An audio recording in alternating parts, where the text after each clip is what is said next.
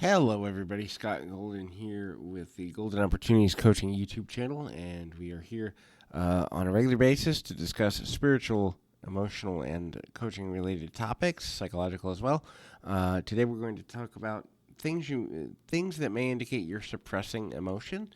There's 6 things I want to talk about with that, but please like, subscribe, comment below if this has been helpful to you. There's over 200 videos for you to check out, and or audios actually.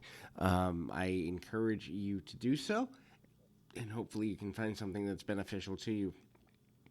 But suppression of emotion is a very common thing, especially in Western cultures.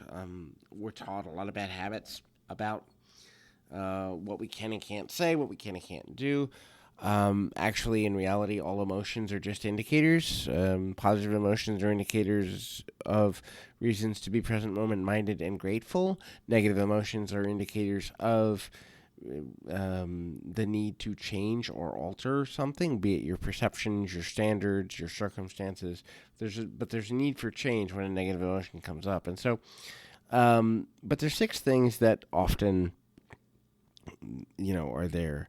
So, one is you get angry over small stuff, right? So, have you ever been in a situation where, like, you're having a good day or an okay day or an average day, and then something randomly that shouldn't bother you at all just throws your day all off? So, I remember this one time where I was running late for an appointment, and I had a really crazy day with clients, and things had been running behind all day. And I was out with a buddy, and we stopped to get a bite to eat at the local fast food place, and the line was like 7 cars long. And I'm just like, I need food now. My stomach roared, and so did I. And anyway, I was angry. And I was angry because I felt out of control with my day.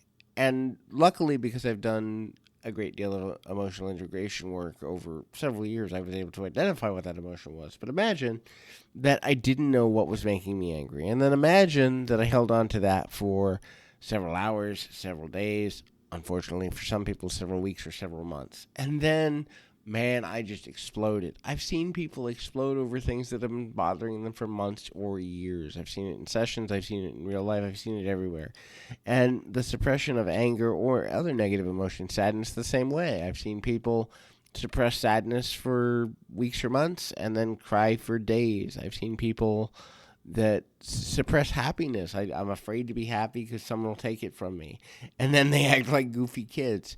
I actually was really excited about something and sat down and watched a kids movie in between clients today, just because it's like, hey, I'm really happy. Let me go through nostalgia for a minute. Anyway, suppression of emotion, especially negative ones, is really a dangerous thing. Anyway, we look for things to distract ourselves. So you ever start to get upset, and then you look for, like, I'm going to go blast this song. I'm going to go take a walk.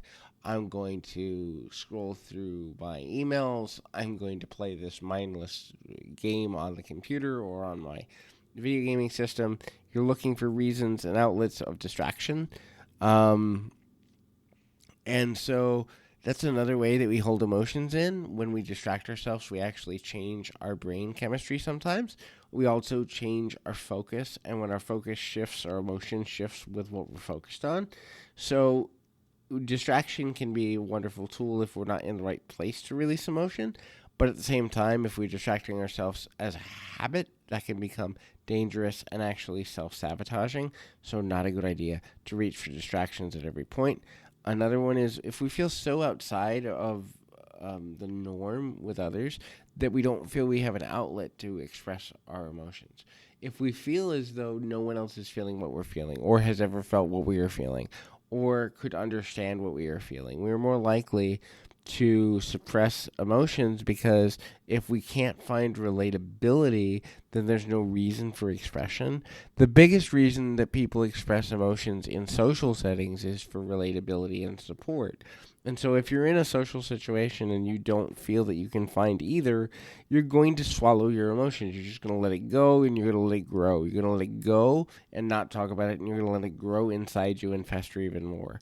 So if you constantly find yourself in that situation, it's also an invitation and indication to you that you need to make some new friends so that you have that social outlet to express your emotions in a healthy, productive manner. The next one is you find it difficult to be around highly emotional people.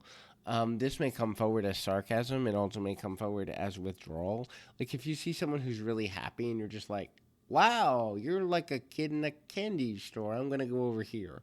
Or you see someone who's sad or angry and you freeze up. You don't know how to help them. You don't know how to serve them. You don't know what to do, where to go. You might even be physically stuck for a minute, like paralysis, kind of deer in the headlights look. You might actually excuse yourself from the room. You might go spend 20 minutes in the bathroom.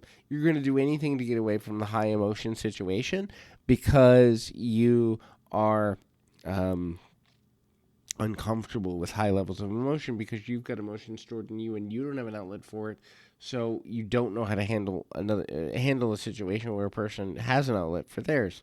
The next is if you feel as though you're outside yourself. So I call this the observer seat. It's like being out of your body without actually traveling out of your body. If you're in a situation where you're looking at other people and they're having fun and you just can't emote, you understand the proper positions to take posture wise. You understand the proper facial expressions and other body language cues. You even might be able to utter a few sentences that make sense within the conversation, but you feel no emotions. You're just kind of there and you're observing and you're wishing you could feel, or you're glad you can't feel, but you're detached from all emotional expression. That's a sign that you're holding on to emotions you don't know how to express. So it's easier to shut down all emotions than to deal with ones that you don't know what to do with. The last one is you horribly avoid conversations of confrontation.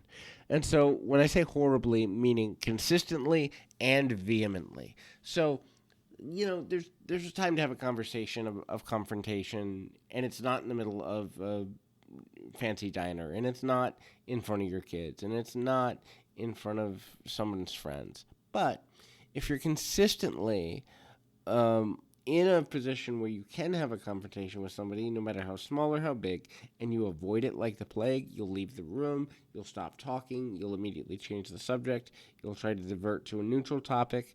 This is a sign that you're holding on to emotions because you're afraid you can't find acceptance with the emotions that you do have. So these are the signs of holding emotions. If you're doing this, and lots of people do it, I'd say a good 70 to 80% of people do it too often. Working with a coach or a therapist or a counselor or a minister or some third party can be helpful to help you unearth why you're in the pattern of suppressing emotions so that you can live a happier, healthier, and more joyful and complete human experience. Anyway, until next time, this is Scott Golden reminding you to keep your feet on the ground, your mind in the moment. Until next time, everybody.